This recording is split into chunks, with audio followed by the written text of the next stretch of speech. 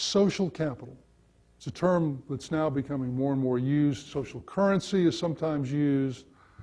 This is what they really crave. And the beauty of this is it can create more value for your customers than just giving them a cheesy discount or something. And it adds to the legitimacy and the value of the recommendations and the information that they give to their peers. Most media agencies, our point of entry is through the media director. And that's where we're vulnerable. The media director is not a data jockey. It does not necessarily always have the point of view of the CMO and what his issues are. Doesn't necessarily have a handle on where data is available in the company that may be relevant to decision making for us. So that's where, frankly, my role was created, to kind of get into different levels in the organization, have those conversations. In this world of high velocity data, trying to mine social data, trying to respond in real time, you don't have the luxury of that. You have to have people that are empowered to make quick decisions. And companies that aren't capable of making those quick decisions seem to quickly be damaged by it.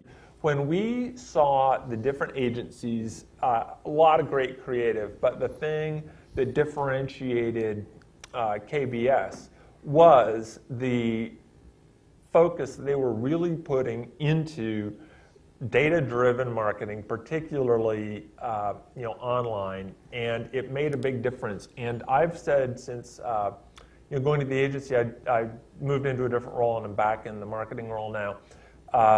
First was up there again maybe 10 weeks ago, and said, it's really like they're running the Manhattan Project up here in terms of online marketing. There has been for a very long time scarcity in the TV marketplace, and the TV marketplace today encompasses more than just the programming that the big networks create.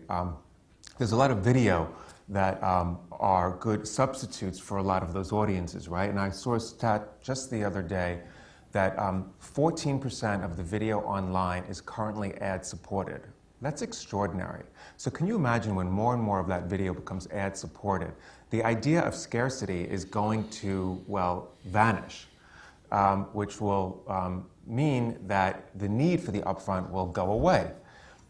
With the Jay-Z concert that we did at South by Southwest, fans of Jay-Z, not card members, but anybody who was a fan, could log on and vote for what the finale song will be, right? And so different ways to empower engagement and to enable people to really come in and experience something that's well beyond advertising, but still in an environment where we can do marketing, whether it's building a heroic role for the brand, delivering information that allows our card members and our prospects to learn more about what's different about American Express, but really putting the consumer in the center instead of the brand. When you think about the content you produce, you're not competing with, I'm not competing with Siemens, and I'm not competing with, Philips. You're competing with other people in the streams, right? So one of the ways to think about quality of content, I'm competing with, on Facebook, the content my friends share. If I'm there, I'm competing with that. So on Twitter, I'm competing with all the other people that person follows. Those people are almost always going to be much more interesting and share more interesting content than a brand.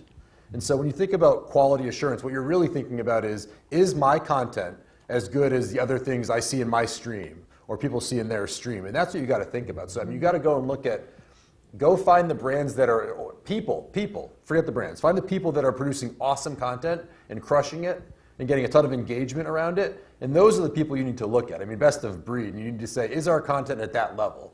So what I try to think about, or what I try to kind of talk about, is elevating the conversation from brand as publisher to something I call kind of brand as network, right? And the idea of a network is very similar to that of an entertainment network, okay? And I love analogies, so I'll use one.